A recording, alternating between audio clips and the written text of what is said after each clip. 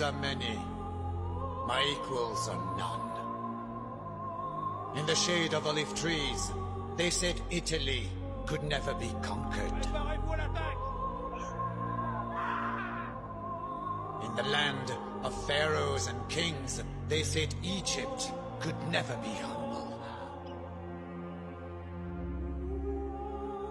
In the realm of forest and snow, they said Russia could never be tamed.